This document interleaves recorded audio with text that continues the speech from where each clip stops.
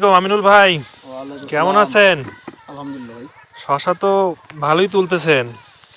আল্লাহ দিছে। কয়বার তুললেন? প্রথম আইছে। আজকেই প্রথম। তো কেমন লাগতেছে আপনার? আগে থেকে আবাদ করি ভালোই। ও এর আগেও করছিলেন? এটা শুরু থেকেই করি। শুরু থেকেই করেন? যখন থেকে এটা বের হয়েছে তখন থেকেই করি এটা। তো আমিনুল ভাই কৃষকদের উদ্দেশ্যে কিছু বলেন। কি বলবো, কৃষকদের কাউকে ভালো লাগে, কেউ মন্দ লাগে। এখন আমার দেখা যদি কেউ করতে ইচ্ছুক করে তাহলে তারা লাভবান।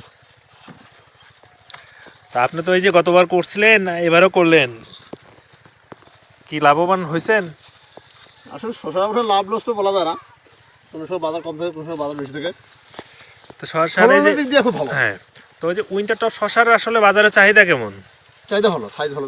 কোনো প্রায় গাছটা এই মাথা থেকে দেখি 44 দিন বয়স। দেখেন এইখানেও ফল, এইখানেও ফল, এই যে মাথায় যে এই যে একদম অবস্থা, এই জায়গায় ফল। এইখান থেকে দেখেন 44 দিনের গাছ, এখন জাঙ্গি ওভার, এই যে নামতেই আছে। হ্যাঁ, একদম এই যে নিচ পর্যন্ত একদম এই দেখেন একটার পর একটা গিরা পর্যন্ত, এই যে দেখেন, এই যে দেখাই আপনাকে আঙ্গুল দিয়ে আমি, এই যে দেখেন একটার পর এই যে এই জায়গাটায় বিশেষ করে দেখেন একদম গাছের গোড়ায় ফলটা যে বসবে তারও জায়গা নাই, কিন্তু মাটিতে ঠেকে গেছে।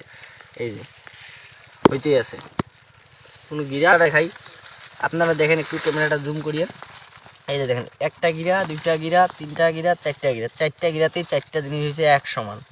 ফলটা দেখেন আপনারা একটু, এই যে এইখানে দেখেন, এখানে দেখাই, এই যে এখানে দেখাই, এই যে দেখেন একটা, এটা একটাই গাছ, কিন্তু একটাই গাছ, চারটা ঠেক বাড়িয়েছে, চারটা দিকে, চারদিকেই ফল, উপরে উঠতে যতই উঠতে আছে ততই ফল, ততই উঠতে আছে ততই ফল।